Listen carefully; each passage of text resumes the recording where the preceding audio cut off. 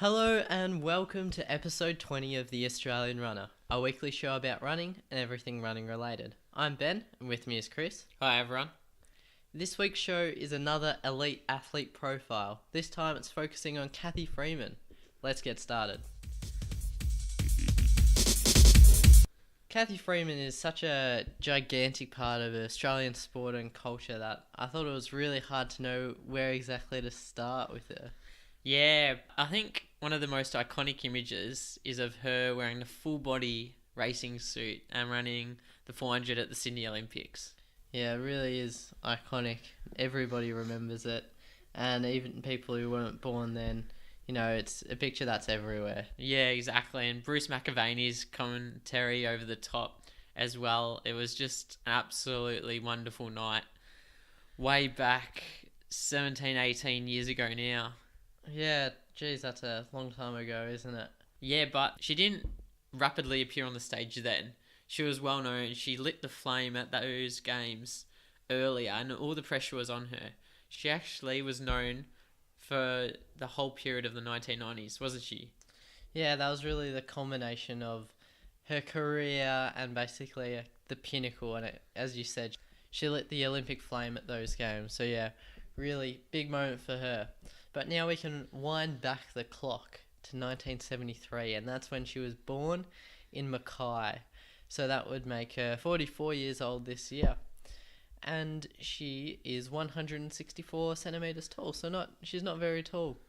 Yeah, quite short. Most of the 400 metre runners that you see in sprinters are really tall, powerful, and broad, but she's really quite short for the events she did, which were the sprints, the 100, 200 and 400 metres. Yeah, like you can see Usain Bolt and he's absolutely gigantic. But yeah, Cathy Freeman wasn't very tall at all. But she did have a really long stride length, which was something very noticeable about her. If you watch one of her runs, you can see her heels flick her bum every single time she does a step. And that just really helps her get that absolutely gigantic stride length. Yeah, and saying that, even though she was 164 centimetres tall, she ran really tall, and you didn't really notice how short she was when she was out there. Her posture was just so upright. It just made her look more imposing than she actually was. Having said that, she started competing in athletics when she was 2 years old. Her stepfather got her into competing and basically just grew up in athletics. Basically just running those sprints as well as she used to do some jumps as well, long jump and triple jump, I believe. Yeah, but she was involved in athletics very young, as you said.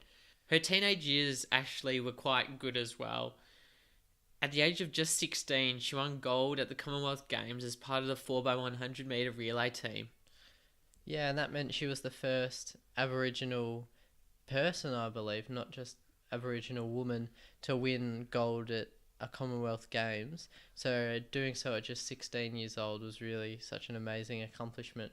Yeah, and she won also in 1990. She won the title of Young Australian of the Year, and then she was awarded Aboriginal Athlete of the Year. Still at 18 years of age? Yeah, absolutely crazy how young she was when she was winning all these awards. Yeah, but she got serious at around that time. In 1990, she moved to Melbourne because her manager was Nick Bideau, a sports journalist at the time, and he introduced her to Peter Fortune, who became her coach for the rest of her career and led her to some quite outstanding personal bests. So her personal best for the 100 metres was 11.24, for the 200 was 22.25, but probably her standout personal best was in the 400 metres at 48.63, which was still is, I believe, the sixth fastest 400 metre time. Yeah, ever run for a woman. And what stands out is just how much faster than she was than the girls running around for Australia today. Morgan Mitchell and Elise Ruby are running around low 51 seconds, maybe just in the 50s, and she's just absolutely blown them out of the water. She's 3 seconds quicker than they've been so far. Yeah, crazy. So now we can talk about some of her training routines that she did in the lead up to some big events and milestones in her career. Yeah, so an average week for Cathy Freeman would consist of 6 days of training with one rest day, and most of those days she did 2 sessions. So she do track running sessions 3 to 4 times a week, 1 to 2 hill sessions. She do strength, gym, work, and lifting 2 to 3 times a week, and she'd do a circuit 3 to 4 times a week. So she'd do 12 to 13 units of training a week, but only half of those are running. Yeah, it's really interesting how much strength and circuit work she did compared to just straight running. It was basically half and half almost. She probably had 6 or 7 units of running to maybe 5 or 6 units of strength work. So that's a really even split between just pure running and doing strength, which is pretty interesting because you'd think that to be able to run as fast as she did, she'd be doing more actual running rather than just strength. Yeah, but it shows you as a sprinter, and this is the first sprinter we've gone and had a look at, that muscular strength and muscular power is just of utmost importance, and it isn't about mileage and running and running and running. It's about strength and that power while you run, and you can get that not just through running, through the gym work and the conditioning that she does off the track. Yeah, on that note, so we have some of the stats of some of her max repetitions for squats and power cleans and so forth. So in the bench press, even though her race when she was racing was 52 kilograms, she was able to bench 80 kilograms, and that is so powerful. Over her own body weight, which is pretty impressive. That is super impressive. For her squats, she only did half squats, and she managed to do 120 kilos. Yep, double her body weight. Yeah, more than double her body weight. For the power clean, she did 75 kilograms. And they're not easy. They're technically quite tough as well as physically tough. But overall, she was just extremely strong for her size. Through her legs, through her core, and even her arms through doing the bench to keep her posture straight. One of the other key parts of her program was running hills. We had a full episode about hill running the other week, so you can check that out if you haven't listened to it already. So she did 2 main types of hill sessions. So the first type of session was about 140 meters long and moderately steep, and she never did them slower than race pace, which is about 13 seconds per 100 meters.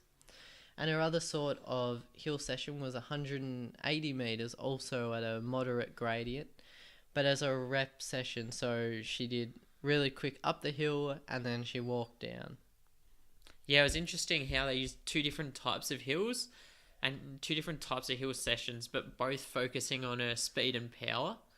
And Peter Fortune really used especially that grassy hill, the 140 meter one, as a way of getting some extra work into her at fast pace, but with a lesser impact on her body, so she could do more running at such a fast speed.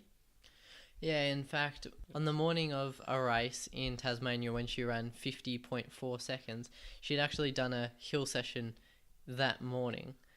So that just shows how much power she's still got in reserve. Even after doing a big hill session, she's able to pull it out of the bag and run a really quick time.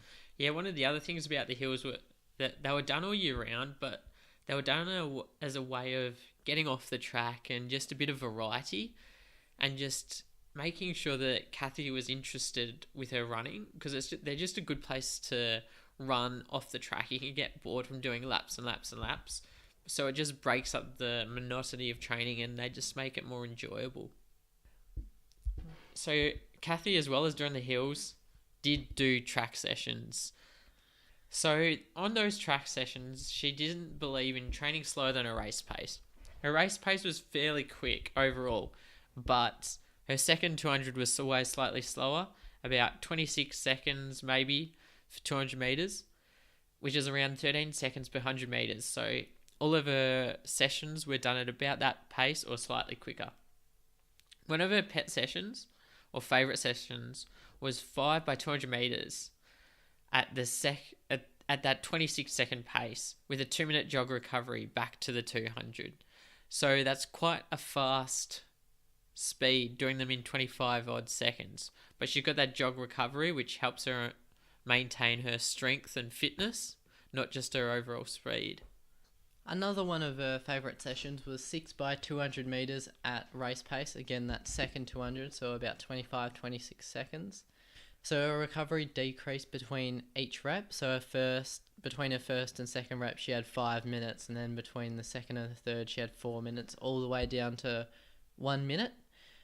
And her best session recorded was 25 seconds across all the 200 metres. Another one of her sessions would be that she'd do a 300 metres and then a 150 metre rep, and she'd do sets of those. So she'd get in some longer work and then some faster, shorter stuff at the end. This was just to make sure her speed was really quick, because the 200 metres event, single event, was such an important event for her that she just had that speed reserve for the 400 metres, so that first 200 of her race could feel cruisy. She didn't feel like she was running maximally. She could just relax along the back straight, make sure her shoulders were down, she wasn't tensed, and she could conserve energy for that tougher second half. But also, most of these sessions got her stronger and fitter, and just the accumulation of 6 to 7 years of that sort of training got her to where she was in Sydney on that one night 18 years ago. Yeah, definitely a remarkable story, and one which really shows how you can build up by training year after year, day in, day out, and you can eventually reach your peak performance. Yeah, and she did it at just the right time. Okay, so that wraps up the first half of the show. We hope you enjoyed it, and now I'll pass it over to Chris for the week's news. Not much news this week, but there are a couple of things. The Great Puffing Billy train race was held on Sunday. There was 2,213 runners who crossed the finish line, so fair-sized event over a 3.8 kilometre and hilly course. Nick Earl was the first athlete and male across the line in 43.11, and Gemma Maney was the first female across the line just behind him. Over the weekend, there was an Outrun Cancer campaign where where 3 world records were set for 24-hour treadmill running. Luca Turini did a solo 261 kilometres over the 24 hours. As well, world records were set for a men's team and a women's team. In Europe, and Celeste Mucci did a heptathlon PB in Italy, and that doubled as a Commonwealth Games B qualifier. And the Commonwealth Games qualifiers were released during the week. All attention now goes to the Diamond League and Peyton Jordan Invitational, which are on this week. And that's the news for this week. Great, thanks for that, Chris. That's it for the show this week. Thank you everyone for listening. You can find us on iTunes and YouTube as The Australian Runner, and check us out on Facebook and Instagram too, or head to theaustralianrunner.com. See you next week. See you then.